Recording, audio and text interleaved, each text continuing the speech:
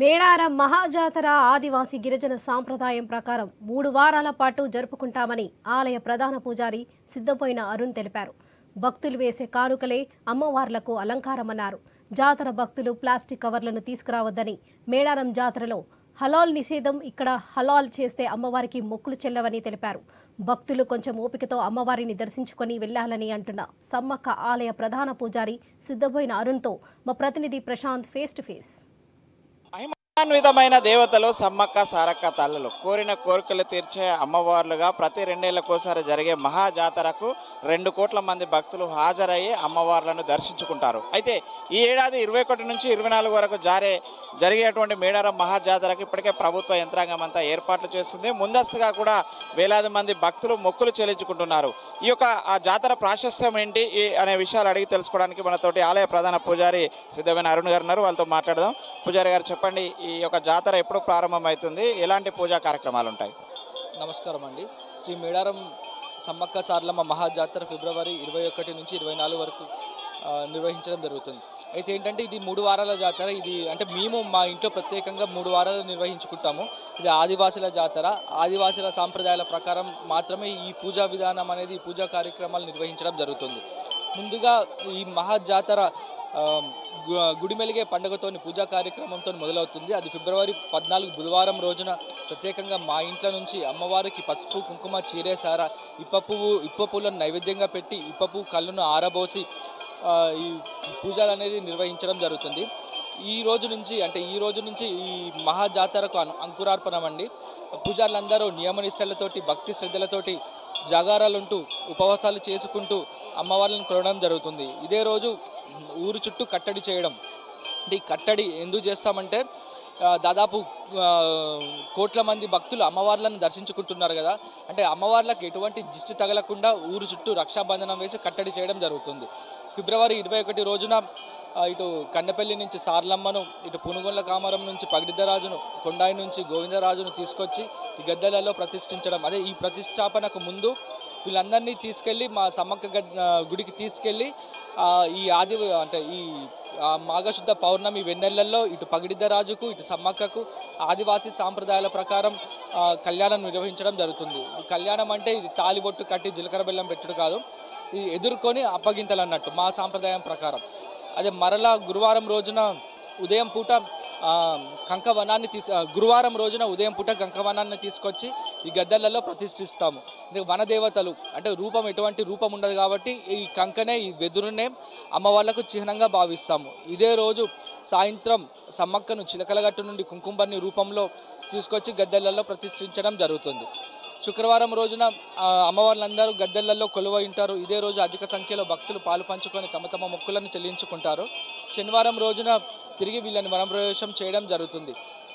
అయితే ఏంటంటే వేరే గుళ్ళల్లో చూసుకుంటే అయితే అమ్మవార్లకు ఈ నగలతోని పట్టు చీరలతోని అలంకరిస్తారు, ఏదైనా ఉత్సవాల టైంలో అలంకరిస్తారు అన్నట్టు. మా గుళ్ళో ఏంటంటే ఈ భక్తులు వేసే ముడుపులు, ఏదైతే కానుకలు ముడుపులు ఉంటాయో అది మాత్రమే అలంకరణ. అది ముఖ్యంగా శుక్రవారం రోజు అమ్మవారికి అది నిండు ఇట్లా ముత్తైదు ఎట్లా తయారవుతుందో అట్లా అలంకరిస్తామన్నట్టు శుక్రవారం పూట. అంటే మీరు భక్తులు వేసే ముడుపులన్నీ ఈ గద్దెలలో రాసులు పడుతూ ఉంటాయి కదా, దాన్నే అలంకరణగా భావిస్తాము. కానీ ఏంటంటే ఈ మధ్యలో 2-3 జాతరల నుంచి ఏమవుతుందంటే అదే 23 తారీఖు రోజున ఈ విఐపీల తాకిడి ఎక్కువ అవుతుంది. వాళ్లకు ఏదన్నా అయిద్దేమో, కాళ్ళకి ఏమైనా కుచ్చుకుంటాయని ఈ అమ్మవారికి ఈ అలంకరణ అంతా తీసి పడేస్తున్నారు. తీయండి, కానీ మొత్తం తీసి పడేయకండి. ఏదో కొద్ది గొప్ప అమ్మవార్ల ముడుపులు కానీ, బంగారం కానీ, చీరలు కానీ, పసుపు బియ్యం ఇట్లా అట్లానే ఉంచండి అని అధికారులకు నా యొక్క మనవి. ఇంకేంటంటే ఈ ప్లాస్టిక్ వాడుతున్నారు. మీరు తీసుకొచ్చే ప్రసాదాలైనా కానీ, మీరు తీసుకొచ్చే తినుబండారాలైనా కానీ ప్లాస్టిక్ కవర్లు తీసుకొచ్చి ఈ చుట్టుపక్కల పడేస్తున్నారు. దీనివల్ల ఈ జంతువులు అంటే ఈ ఆవులు, మేకలు ఇవి తిని రోగాల బారిన పడి చనిపోతున్నాయి.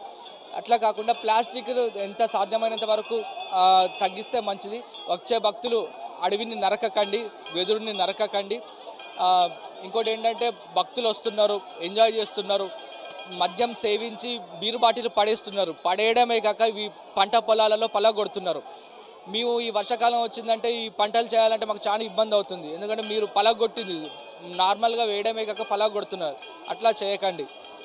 ఇంకోటి హలాల్ పద్ధతి అనేది మీ మేడారం సమ్మక్క జాతరలో ఉండదు. చాలా మంది ఇక్కడికి వచ్చి హలాల్ చేయాలి అంటున్నారు. అట్లా పెట్టే మొక్కు అది చెల్లదు, అమ్మవార్లకు చెల్లదు. దాన్ని కూడా అరికట్టాల్సిందిగా నా యొక్క మనవి. అంటే పూజారి గారు, ముఖ్యంగా మీరు అన్నట్టు 23rd రోజు విఐపి కల్చర్ రావడము, ఎక్కువగా తాకిడి పెరగడం వల్ల సామాన్య భక్తులకు ఇబ్బంది కలుగుతుంది అంటున్నారు. అంటే మీకు అధికారులకు జరిగే కోఆర్డినేషన్ మీటింగ్లో మీరు అధికారుల దృష్టికి తీసుకెళ్లారా ఈ విషయం?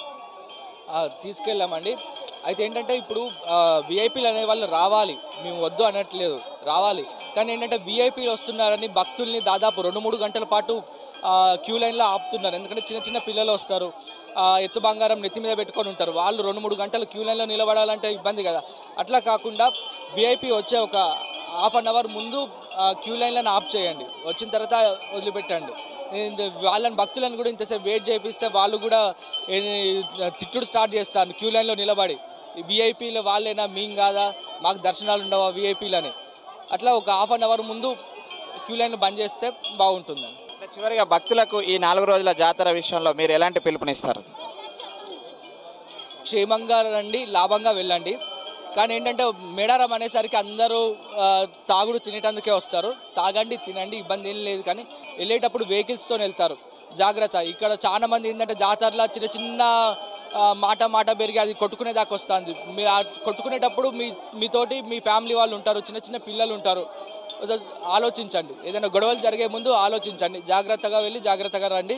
అమ్మవారు దీవెనలు అందరికీ ఉంటాయి. మేము పూజారులం కూడా ఇప్పుడు ఇంతమంది ఎంప్లాయీస్, అన్ని డిపార్ట్మెంట్ వాళ్ళు మరియు ఈ పూజారులు అమ్మవార్లను తీసుకొచ్చి గద్దెలలో కొలువు చేసిన తర్వాత ఇదంతా మీ జనాల భక్తుల సేవ కోసమే. జాగ్రత్తగా రండి. అది మనం చూస్తున్నాము. అమ్మవార్లు ఆదివాసీ సాంప్రదాయాల ప్రకారము 3 వారాల పాటు మేము ఈ పూజా కార్యక్రమాలు నిర్వహిస్తాము. మేము ఎంతో నియమ నిష్ఠలతోటి ఒక్క పొద్దులు ఉంటాము. అమ్మవార్లను గద్దెల మీదకి తీసుకొచ్చి వనప్రవేశం చేసే వరకు కూడా పూర్తిగా సాంప్రదాయాలను పాటిస్తాము. అదేవిధంగా భక్తులు క్షేమంగా వచ్చి లాభంగా వెళ్ళండి, ప్లాస్టిక్ని నిషేధించండి, జాతర పైన ఎలాంటి కాంట్రవర్సీలను సృష్టించవద్దని చెప్పేసి ఆలయ పూజారి అరుణ్ గారు పిలుపునిస్తున్నారు. కెమెరామెన్ విజయ్తో ప్రశాంత్, ఐ న్యూస్, వరంగల్.